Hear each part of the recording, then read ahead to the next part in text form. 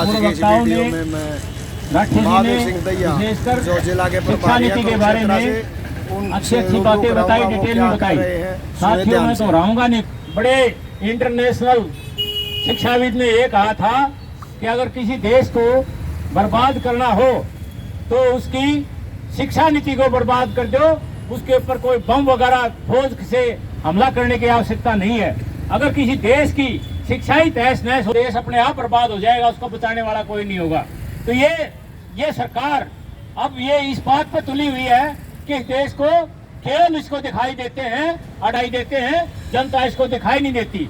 ये यूं ही दिखाई देते हैं कि चुनाव में जो इलेक्शन बॉन्ड वगैरह का जो प्रावधान किया था, सारा पैसा रोज यूं चुनाव में ठंडा में अपने घर पहुंच जाता था।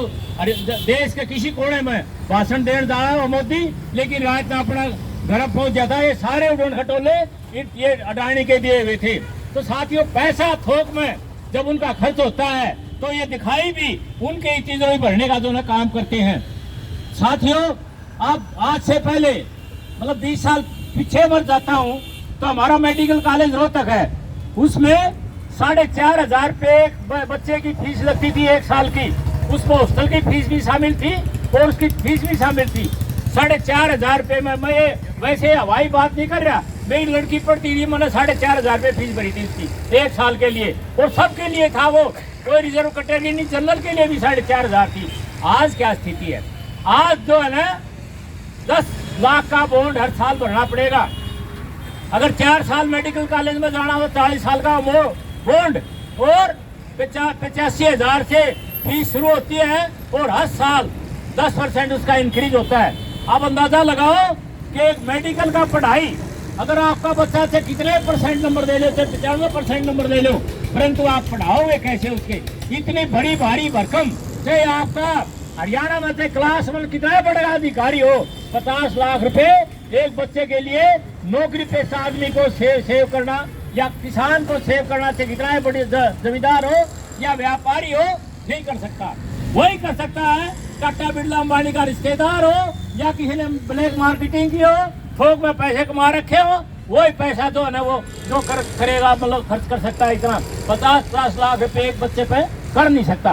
तो साथियों, ये पहले यहाँ सेक्रेटरीट में वहाँ कुरुक्षेत्र में धरना था टीचर्स का, हमारे अध्यापक साथियों का। तो साथियों, ये मैं तो अपने जो विद्यालय अध्यापक संघ है उनको भी क्रांतिकारी मुबारकबाद देता हूँ कि उन्होंने बीड़ा उठाया और ये जो शिक्षा को बताने का लगातार जो धरने चल रहे हैं। कैथल में ये सरकार क्या करी, अंग्रेजों से भी आगे निकल गई है। राजद्रोह का मुकदमा, जो लोग जो सरकार से बगावत करते थे, सविनय अवज्ञा आंदोलन में शामिल होते थे, सरकार के साथ बगावत करके सड़कों पर उतरते, उनके खिलाफ जो अंग्रेज राजद्रोह का मुकदमा दायर करते थे। परंतु आज ये सरकार वो जो है शिक्षा नीति की जो आलोचना कर रहा था, भाई ये देश को बर्बाद कर देगी, जो मेरे तरफ भाषण दे रहा था, उसके ऊपर राजद्रोह का मुकदमा दर्ज कर दिया और ऐसी ऐसी संगीन धाराएं लगा दी जिनमें दोनों जमानत नहीं हो सकती। वह कैथल के साथियों को हम मुबारकबाद देते हैं, रात दिन का वहाँ धरना चला हुआ है। तो साथियों, ये नीतियां हैं, ये जो है बर्बाद कर देंगी देश को, ये आपको समझने की आवश्यकता है। ये अपोजिशन पार्टी से कोई हो वो इतना हंगामा नहीं करती।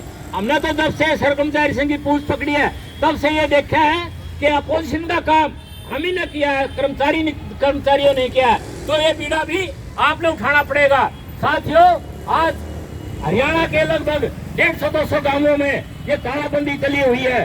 गांव वाले आए हुए हैं, बच्चे आए हुए हैं, मतलब आगे आए हुए हैं, तो उनको पहचानने की आवश्यकता है। इस मंच के माध्यम से मैं सरकार को भी चेतावनी देना चाहता हूँ कि ये कर्मचारी, अध्यापक या रिटायर कर्मचारी लड़ रहे हैं, आप यही नहीं है, आने वाले समय में ये जनता भी हमारे साथ होगी, हम जनता के पास जाएंगे, तेरी ईट से ईट बजा के छोड़ेंगे। इस मंच के माध्यम से हरियाणा सरकार को यह आगाह करना चाहता हूँ। तो जो है देश को बर्बाद करने वाली नीतियाँ, ये मनमोहन सर ये अपना ये खट्टर सरकार लागू करी है।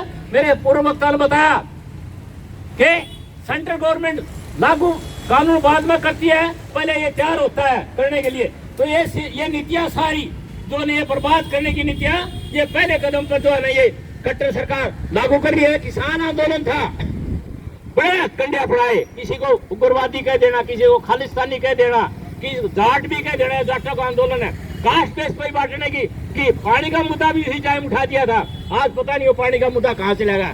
तो इस तरह के अच्छे कंडे हमारे आंदोलन को ये तोड़ने के लिए अपनाते हैं।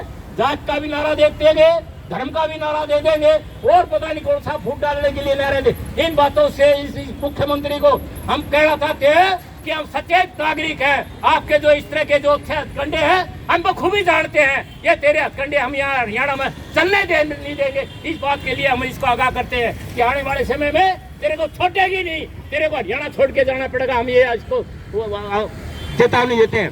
साथियों, ये मेडिकल का